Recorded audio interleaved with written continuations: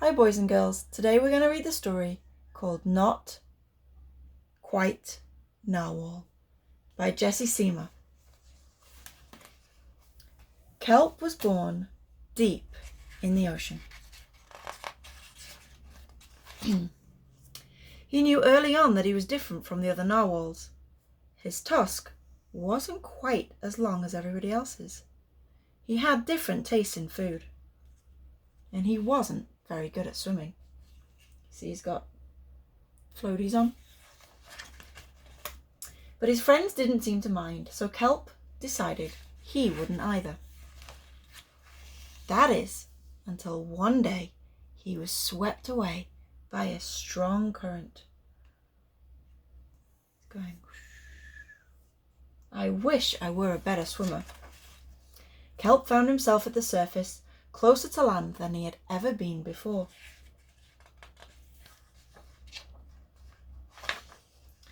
Up on a cliff, he spotted a mysterious, sparkling creature. It looked so familiar. It looked like Kelp.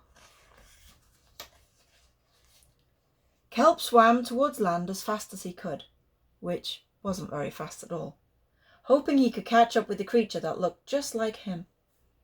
When he finally reached the shore, Kelp felt a little bit nervous. He had never left the ocean.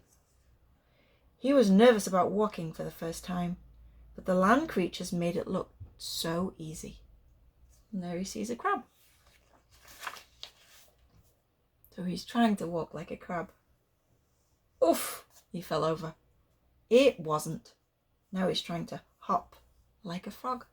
Ow! Eventually he got the hang of it. He's walking like the turtle. Everything on land was strange and beautiful, but also kind of scary.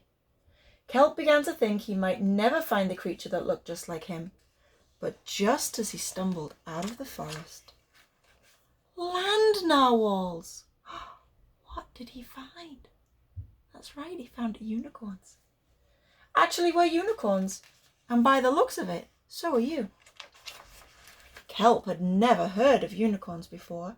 They taught him all sorts of new things about his tusk. We call them horns. Wow. They introduced him to unicorn delicacies, a uni-cone.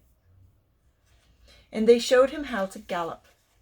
There was no doubt that Kelp was, in fact, a unicorn. He was having so much fun that he didn't want to leave. And then he remembered all of his friends under the sea. Kelp missed them terribly, so he said goodbye to the unicorns and returned to the ocean. And they're saying, "Come back soon," and the crab's waving.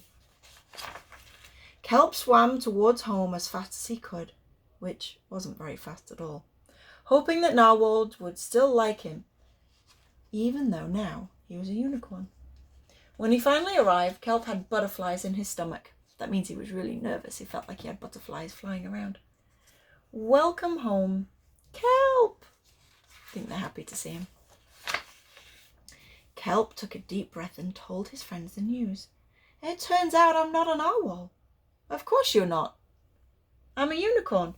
Yeah, we all knew that. They took it quite well. Kelp was happy to be home, but now that he'd experienced life on land with the unicorns, he couldn't seem to forget them. Did he want to be a land narwhal with the unicorns? Or a sea unicorn with the narwhals?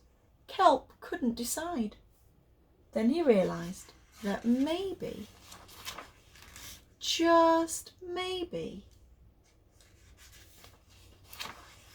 he didn't have to choose. They're all playing together. So even though they're different, they're still able to be together. And the last page, that's not really a page, it says, "I'm a unicorn." And that's a rhinoceros. And Kelp saying, don't think you are. Was that a good story? All about different people coming together and playing anyway.